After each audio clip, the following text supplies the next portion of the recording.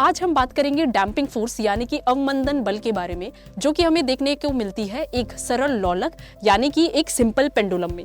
जैसे ही मैं इसे हल्का सा फोर्स लगाती हूँ तो देखिएगा ये किस तरीके से हिलता है, इसका आयाम और घटता चला जाता है और रुक जाता है। तो इसी पर आधारित जब हम एसएचएम की बात करते हैं, कोई भी बॉडी एसएचएम कर रही है यानी कि सरल आवर्ती गति कर रही है, तो दो तरीके से आप उसके ऑसिलेशन को देख सकते हैं।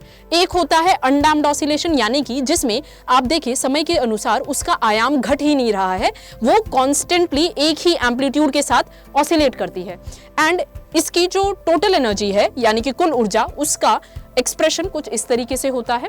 वहीं जब मैं एक डैम्प्ड ऑसिलेशन की बात करूं बच्चे, जो कि हमें आमतौर की यानी कि रोजमर्रा की जिंदगी में देखने को मिलता है, जैसे कि ये एक पेंडुलम फोर्स लगाने पर धीरे धीरे धीरे धीरे अगर आप देखो इसका एम्पलीट्यूड घट रहा है और ये बहुत ही जल्दी रुक गया। सेम उसी प्रकार से इसका आयाम धीरे धीरे धीरे धीरे धीरे घटता चला जाता है और ये आके एक रुक जाता है। तो इसमें लगने वाला जो डैम्पिंग फोर्स यानी कि अवमंदन बल है बच्चे, वो समानुपाती होता है उसके वेग के, यानी कि किस वेलोसिटी के साथ ये स्टार्ट हुआ ऑसिलेट करना। एंड जैसे ही आप समानुपाती सिंबल यानी कि प्रोपोर्शनैलिटी साइन हटाते हो, हमारे पास एक कांस्टेंट आता है जिसको हम बोलते हैं डैम्पिंग कांस्टेंट। और इस तरीके की ऑसिलेशंस की जो एनर्जी होती है उसका एक्सप्रेशन अगर आप देखें तो वो केवल और केवल हाफ के एक्स नॉट स्क्वायर नहीं, साथ ही साथ एक्सपोनेंशियल माइनस BT/2m इस हिसाब से घटता चला जा रहा है। एंड इसी पर आधारित BPSC 1.0 में आया था प्रश्न, जो कि कुछ इस प्रकार है।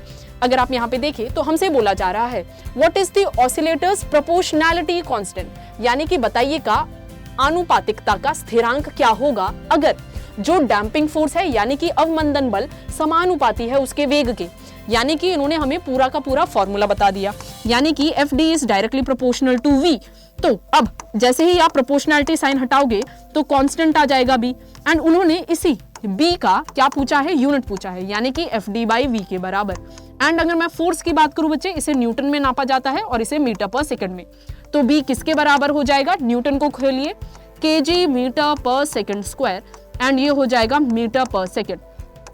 तो जब आप इसे कैंसिल आउट करेंगे बच्चे तो हमारे पास बचता है kg पर सेकंड के बराबर। तो इस हिसाब से option number A is the right answer. इसी तरीके की रोचक जानकारी के लिए आप जुड़े रहिएगा हमारे साथ ओनली ऑन TGT PGT अड्डा 24/7।